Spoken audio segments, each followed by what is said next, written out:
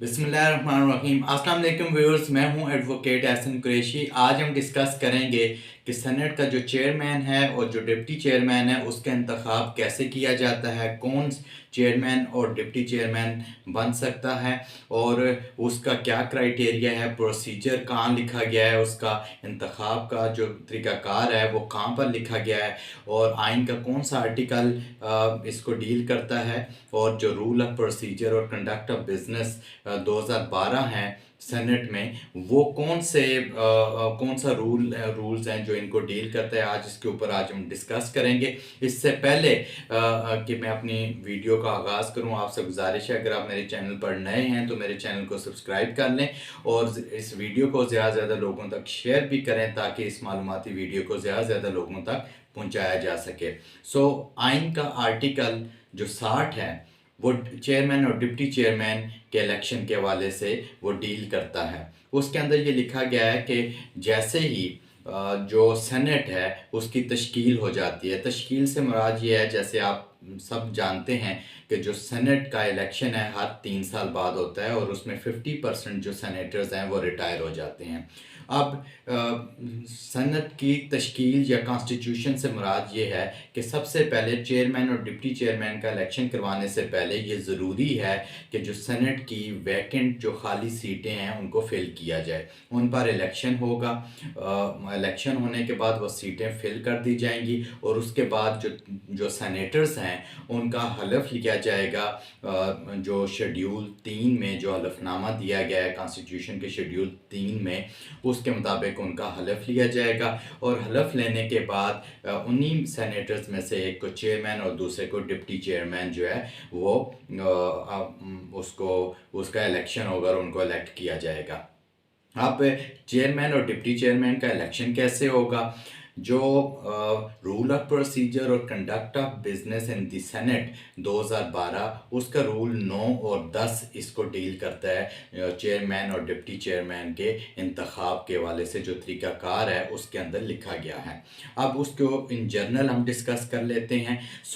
आइन का जो आर्टिकल 60 है वो आर्टिकल 60 डील करता है चेयरमैन और डिप्टी चेयरमैन के इलेक्शन के हवाले से और उसका तरीक़ाकार जो सारा आप कह लें वो रूल ऑफ प्रोसीजर और conduct of business in the senate 2012 उसके रूल 9 और 10 में दिया गया है। उसका तरीक़ाकार के इंतखाब कैसे होगा, अब उसके ऊपर हम इन जनरल डिस्कस कर लेते हैं कि क्या होगा। अब जो सेनेटर सेनेट में बतौर चेयरमैन आना चाह रहा है उसका साथी सेनेटर, कोई दोस्त सेनेटर जो है उसको प्रपोज करेगा, यानी कि प्रपोज़र उसका सेनेटर होगा और उसका जो नॉमिनेशन पेपर होंगे उसके साथ उस शख्स के जो बतौर चेयरमैन या डिप्टी चेयरमैन वो सेनेट आना चाह रहा है उसकी स्टेटमेंट भी होगी जिसमें उसकी विलिंगनेस शो होगी कि जनाब मैं अगर इलेक्ट हो जाता हूँ तो मैं बतौर चेयरमैन या डिप्टी चेयरमैन सर्व करने के लिए मैं तैयार हूँ। वो अपनी विलिंगनेस की स्टेटमेंट भी साथ देगा।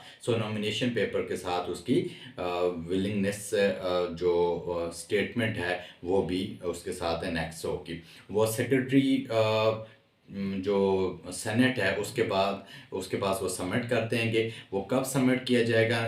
यूजुअली एक दिन पहले, इलेक्शन से एक दिन पहले दिन 12 बजे तक जो है वो वहाँ पर नॉमिनेशन पेपर सबमिट कर दिए जाते हैं।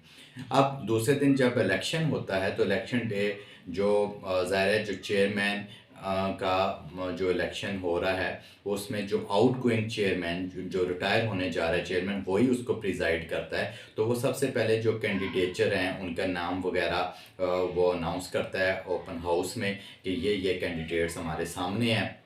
उसके बाद उनके इलेक्शन हो जाते हैं। इलेक्शन जब होता है पहले चेयरमैन का इलेक्शन होता है। चेयरमैन में अगर 2 कैंडिडेट्स हैं तो जो मेजॉरिटी जो मेजॉरिटी वोट लेगा वो चेयरमैन डिक्लेयर हो जाएगा और अगर एक ही है तो उसको एज इट इज़ जो है उसके अगर अनकंटेस्टेड है या बिला मुकाबला है तो उसके जो उसके वो आउटगोइंग जो चेयरमैन है उसको एज अ चेयरमैन डिक्लेयर कर देगा। ये इसका तरीकाकार है। अब जो नया चेयरमैन है जो अपॉइंट इलेक्ट हुआ, वो अपना ऑफिस का चार्ज लेने से पहले वो हलफ लेगा, उसी तरह जिस तरह एज अ सेनेटर उसने हलफ लिया था। यानी कि जो कॉन्स्टिट्यूशन का शेड्यूल 3 है उसमें जो एक हलफनामा दिया गया उसके मुताबिक वो हलफ लेगा।